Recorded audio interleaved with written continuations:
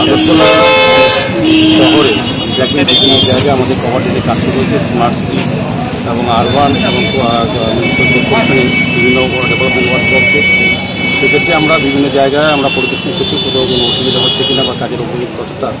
আজকে বনগুলো এই এলাকায় আমরা যখন বাস্তব মাননীয় মুখ্যমন্ত্রীর সামনে এবং বনগুলোর ভিতরে জায়গা দিদির পারে আমরা দেখেছি গত দুদিন আগে যে বর্ষা হয়েছে তাতে এই এলাকায় কিছুটা সময় জল ছিল।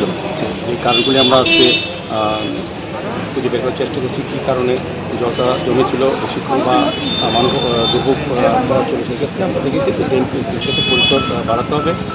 আমরা সেভাবেই আমাদের সঙ্গে কমিশনার কলেজ আছেন, আমাদের সিও আছেন, ডিএসপি আছেন এবং আমাদের কর্পোরেটর এমএসসি মেম্বার সবাই আছেন। আমাদের এলাকার লোকের সঙ্গে কথা বলে আমরা পরবর্তী সময় কাজগুলো করবো। আর বিশেষ করে কভার ড্রেনগুলি হচ্ছে যে লেভেল মেনটেন করা এবং গুণগত মান ঠিক আছে কিনা, আর যেভাবে ধরা যেভাবে কাজ করা হচ্ছে কিনা সেগুলি দেখলাম। আমরা খুব ভালোভাবে তারা কাজ করছেন, কোয়ালিটি মেনটেন করছেন। আমরা কিছু কিছু জায়গায় যেখানে বাধাপ্রাপ্ত হচ্ছে বা অসুবিধা হচ্ছে সেক্ষেত্রে আমরা সরকার এবং পৌর নিগম বা স্মার্ট সিটি যারা আধিকারিকেরা আছেন আমরা নিজেরাই সঙ্গে সঙ্গে যাই এবং সমস্যার সমাধানের চেষ্টা করি, এলাকার কথা বলি।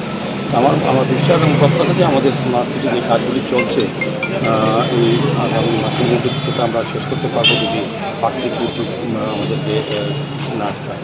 তো কাজ চলছে ভালোভাবেই। আজকে আমরা ওই লক্ষ্মীবাবু আশ্রমের সামনে জায়গাটা দেখলাম, ট্রেনটাও ঠিকভাবেই যাওয়ার জন্য বলেছি। মাননীয় মুখ্যমন্ত্রী আবাসের সামনে যে ড্রেনের কাজ পুরোদমে চলছে। আর বাকি সমস্যাটাকে আগরতলা শহরে যেখানে বাধাপ্রাপ্ত হচ্ছে সেখানে আমরা যাচ্ছি। সার্বিকভাবে আমরা শহরবাসীর সহযোগিতা চাইছি। শহরবাসীর উন্নয়নের জন্য যে কাজগুলি আমাদের সরকার বিভিন্ন দপ্তর করছে সেগুলো যাতে সহযোগিতা করে।